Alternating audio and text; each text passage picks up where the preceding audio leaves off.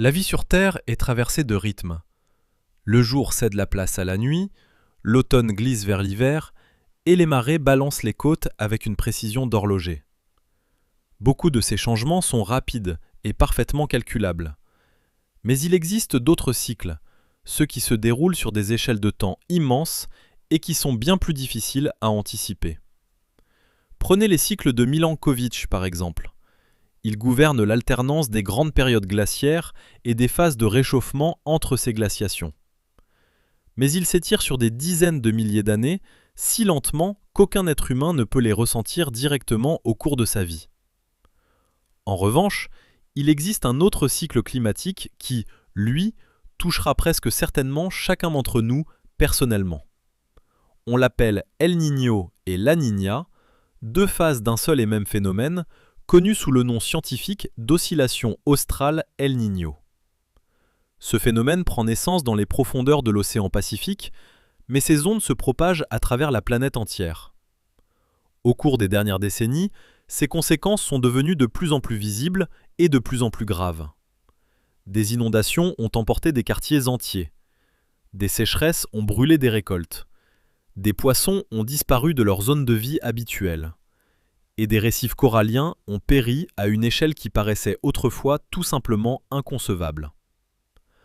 En 1998, l'un des épisodes les plus violents d'El Niño a emporté avec lui environ 16% de tous les récifs coralliens de la planète, déclenchant un blanchissement massif dont les effets se font encore sentir aujourd'hui.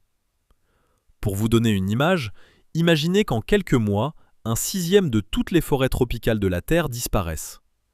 C'est l'ampleur de ce que les océans ont perdu. L'oscillation australe El Niño n'est pas un caprice météorologique régional. C'est un système global, et il influence inévitablement la vie de chaque être humain sur la planète. Pour bien comprendre ce phénomène, commençons par là où tout a commencé, le nom lui-même. Si El Niño vous évoque davantage un personnage de conte populaire qu'un terme scientifique, vous n'êtes pas si loin de la vérité. Dès le XVe siècle, les pêcheurs au large des côtes de l'Amérique du Sud remarquaient qu'aux alentours de Noël, l'eau près des côtes se réchauffait et les poissons disparaissaient. Les prises chutaient et cela se répétait avec une certaine régularité. Ces pêcheurs ont baptisé le phénomène El Niño de la Navidad, l'enfant Noël, ou l'enfant de la Nativité. Un nom simple, presque poétique, pour ce qui allait se révéler l'un des mécanismes climatiques les plus puissants de notre planète. Il faudra encore des siècles avant que les scientifiques commencent à assembler les pièces éparses de ce puzzle. À la fin du XIXe siècle et au début du XXe, des chercheurs ont commencé à remarquer que des événements météorologiques inhabituels dans des régions très éloignées les unes des autres, des sécheresses en Inde, des pluies torrentielles au Pérou, des chaleurs anormales en Australie, survenaient à peu près en même temps. Ce n'était pas une coïncidence, même si ça y ressemblait fortement. Vers le milieu du XXe siècle, il est devenu évident que ce n'étaient pas des hasards, mais bien les phases d'un cycle global unique. C'est ainsi qu'est née la notion d'oscillation australe El Niño. En moyenne, ce cycle accomplit une révolution complète en 5 ans, bien que l'intervalle réel puisse aller de 2 à 7 ans. Les systèmes climatiques n'aiment guère les horaires stricts. Pour comprendre pourquoi ce phénomène se produit, il faut d'abord se représenter à quoi ressemble l'état normal de l'océan Pacifique. Le long de l'équateur soufflent en permanence des vents orientés d'est en ouest. Ce sont les alizés, et ils doivent leur existence à la rotation de la Terre, plus précisément à l'effet Coriolis. Si notre planète ne tournait pas sur elle-même, l'air se déplacerait simplement des pôles vers l'équateur, des zones de haute pression vers les basses latitudes tropicales plus chaudes. Mais la Terre tourne et les flux d'air sont déviés. Dans une bande d'environ 30 degrés au nord et au sud de l'équateur, une zone que les marins d'autrefois appelaient les latitudes des chevaux, l'air de l'hémisphère nord tourne vers le sud-ouest et celui de l'hémisphère sud vers le nord-ouest. C'est ainsi que naissent les alizés, ces vents stables qui traversent l'océan Pacifique d'est en ouest. Et ces vents ne sont pas juste un fait amusant de manuel scolaire. Ils poussent littéralement l'eau chaude de surface depuis les côtes de l'Amérique du Sud en direction de l'Asie. Là où l'eau chaude s'en va, une eau froide remonte des profondeurs pour la remplacer. Ce phénomène s'appelle l'upwelling. Les eaux froides des profondeurs sont riches en nutriments. Elles nourrissent le phytoplancton. Le phytoplancton nourrit les poissons. Les poissons nourrissent tout ce qui se trouve au-dessus d'eux dans la chaîne alimentaire. C'est précisément pour cette raison que les côtes ouest de l'Amérique du Sud ont toujours été le terrain de pêche extraordinairement riche. Tout cet écosystème repose sur la constance des alizés. Maintenant, imaginez que ce système commence à dysfonctionner. C'est exactement ce qui se produit lors d'El Niño. Les alizés s'affaiblissent. L'eau chaude qui se déplaçait normalement vers l'ouest, en direction des côtes asiatiques, commence à s'accumuler à l'est, le long des côtes de l'Amérique du Nord et du Sud. L'upwelling d'eau froide se réduit ou cesse complètement. Le phytoplancton diminue, les poissons s'en vont ou meurent, et les zones d'air chaud et d'eau chaude se déplacent loin vers l'est de l'océan Pacifique. Les conséquences sur la météo se font immédiatement sentir partout dans le monde. Le courant G du Pacifique qui traverse l'Amérique du Nord se décale vers le sud. Les États du nord des États-Unis et le Canada deviennent plus chauds et plus secs qu'à l'habitude. En revanche, le littoral du golfe du Mexique et la majeure partie des régions côtières de l'Amérique du Sud sont submergés par des pluies diluviennes. Au Pérou et en Équateur, où les pluies tombent normalement d'avril à octobre, la situation peut devenir catastrophique les années d'El Niño intenses. Entre 1997 et 1998, l'un des épisodes les plus violents d'El Niño a frappé le Pérou avec des inondations dévastatrices. Des ponts se sont effondrés, des quartiers entiers de bidonvilles ont été ensevelis sous une couche de boue épaisse d'1 mètre. Environ 250 000 personnes se sont retrouvées sans abri. La région de Tumbes, habituellement aride et quasi désertique, a reçu cette année-là une quantité de précipitations 16 fois supérieure à la moyenne annuelle habituelle. Il est difficile même d'imaginer ce que cela représente pour une semi-désert. 16 fois plus de pluie que la normale. Mais la côte pacifique de l'Amérique latine n'est qu'un point sur la carte des conséquences globales. El Niño déclenche toute une cascade d'effets climatiques bien au-delà des Amériques. Pendant que les pluies s'abattent sur l'Amérique du Sud, l'Asie du Sud et l'Australie plongent dans la sécheresse. En Inde, certaines des pires famines de l'histoire moderne ont été directement liées à l'affaiblissement de la mousson pendant les périodes d'El Niño. En Australie, le retard des saisons des pluies transforme un continent déjà sec en gigantesque amadou. Les incendies de forêt australiens comptent parmi les plus destructeurs de la planète.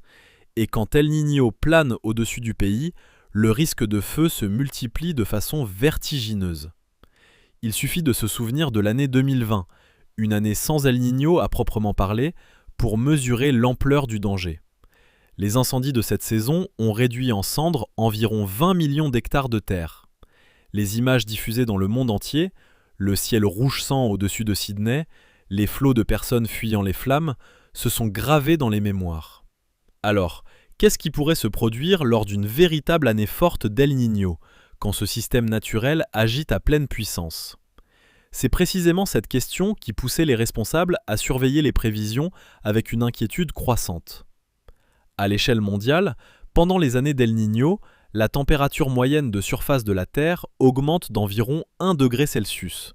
Cela peut sembler modeste au premier abord, mais dans le contexte du climat global, et dans ce contexte, il est important de rappeler que tous les épisodes El Niño ne se ressemblent pas. Certains passent presque inaperçus, à peine perceptibles dans les relevés météorologiques. La durée moyenne d'un événement varie de 9 à 12 mois, mais dans de rares cas, il peut s'étirer sur plusieurs années. Le climat de la Terre est un système d'une complexité extraordinaire, avec d'innombrables variables en interaction permanente. C'est pourquoi aucun épisode El Niño n'est identique à un autre. Leur impact s'évalue toujours en comparaison avec ce qu'aurait été la météo en leur absence, comme si l'on cherchait à mesurer l'ombre d'un événement qui n'a pas eu lieu. La Niña, c'est l'autre face de la même pièce. Si El Niño représente un réchauffement anormal de la surface de l'océan Pacifique, la Niña en est l'exact opposé, même si dans certaines régions, elle s'accompagne aussi d'une hausse des températures. On peut l'imaginer comme un El Niño à l'envers, ou plutôt comme une version survitaminée de la normale. Là où El Niño affaiblissait les alizés, ces vents soufflant d'est en ouest à la surface de l'océan, la Niña les renforce au-delà de leurs valeurs habituelles. Avec une puissance doublée, il repousse les eaux chaudes encore plus loin vers l'Asie, tandis que le long des côtes de l'Amérique du Sud, le phénomène de remontée des eaux froides, appelé upwelling, s'intensifie considérablement. Pour les écosystèmes marins, c'est un véritable festin. Le plancton prolifère en abondance, les bancs de poissons se multiplient. Des espèces d'eau froide, notamment le saumon, s'aventurent dans des zones qui leur seraient normalement trop tièdes. Ces créatures colonisent des eaux où elles n'auraient tout simplement pas survécu en temps ordinaire. Un phénomène similaire s'observe avec les calmars, qui modifient eux aussi leurs routes habituelles en suivant les variations de température de l'eau. En Asie, en revanche, la situation est très différente. L'afflux d'eau équatoriale chaude ne provoque pas la sécheresse que l'on connaît sous El Niño, mais exactement le contraire, une humidité accrue et des pluies torrentielles. Cela s'accompagne d'une multiplication des cyclones tropicaux qui se forment au-dessus de ces masses d'eau surchauffées comme des moteurs à vapeur lancés à pleine puissance. L'Amérique du Nord ressent elle aussi les effets marqués de la Niña. Le courant jet, ce puissant flux d'air circulant dans les hautes couches de l'atmosphère, se déplace vers le nord, redessinant complètement les cartes météorologiques habituelles. Le sud-ouest des États-Unis est frappé par la sécheresse, tandis que le nord-ouest du Pacifique reçoit des précipitations abondantes. En 2022, la Niña a déclenché une méga sécheresse dans le sud-ouest du pays, la pire enregistrée depuis 1200 ans. On peut en voir la trace spectaculaire sur les images du lac Mead, le réservoir situé derrière le barrage Hoover. Les photographies révèlent clairement une bande blanche le long des rives, que l'on appelle l'anneau de baignoire. Normalement dissimulée sous des tonnes d'eau, cette roche a été mise à nu par la sécheresse, devenant un témoignage silencieux et saisissant d'un manque d'eau catastrophique. En parlant des alizés et du courant jet, on ne peut pas faire l'impasse sur la question des ouragans. Là aussi, tout dépend de la région où l'on se trouve, et les nouvelles peuvent être radicalement différentes d'un endroit à l'autre. L'océan Atlantique connaît généralement des saisons d'ouragans particulièrement violentes lors des années La Niña. Le déplacement du courant jet déstabilise l'atmosphère au-dessus de l'Atlantique Sud, créant des conditions idéales pour l'émergence de tempêtes puissantes. Dans le bassin Pacifique, c'est l'inverse. Le nombre d'ouragans diminue sensiblement. Cela illustre parfaitement à quel point un seul et même phénomène peut se manifester de façon totalement différente selon les régions du globe. Mais les habitants des côtes du Pacifique ne devraient pas se réjouir trop vite, car El Niño agit exactement à l'opposé et peut leur réserver de très mauvaises surprises. Sur les côtes pacifiques de l'Amérique du Sud, les années La Niña n'apportent pas ces eaux chaudes de Noël qui avaient jadis donné son nom au phénomène El Niño, autrement dit l'enfant Jésus. Ce n'est pas un hasard si les pêcheurs avaient baptisé La Niña du surnom El Viejo, soit le vieux.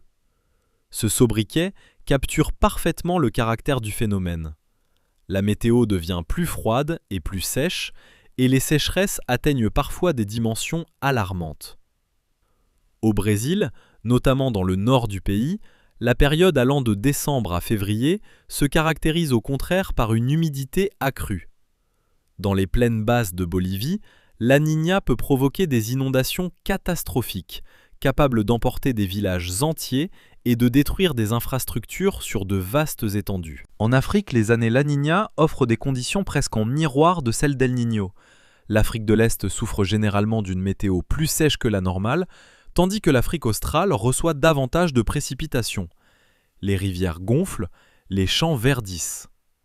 Alors, où en sommes-nous aujourd'hui dans ce cycle sans fin ?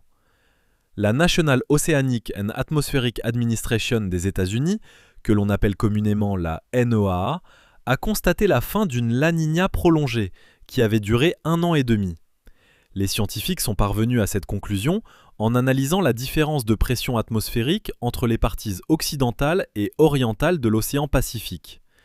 Cet indicateur porte le nom d'indice équatorial de l'oscillation australe, et sa dernière valeur enregistrée n'était plus que de 0,1, contre une unité entière 1 an auparavant.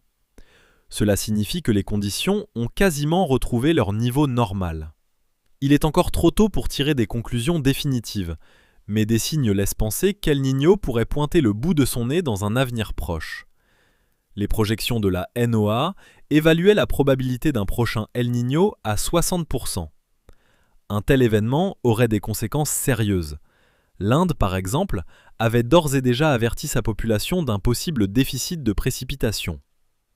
Il existe une autre raison, fondée sur des décennies d'observations, d'anticiper le retour d'El Niño.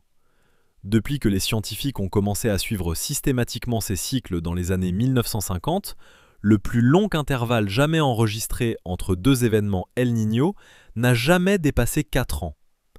Si le phénomène ne se manifestait pas, l'histoire de la climatologie serait marquée par un intervalle sans précédent de 5 ans, une situation qui ne s'est tout simplement jamais produite auparavant.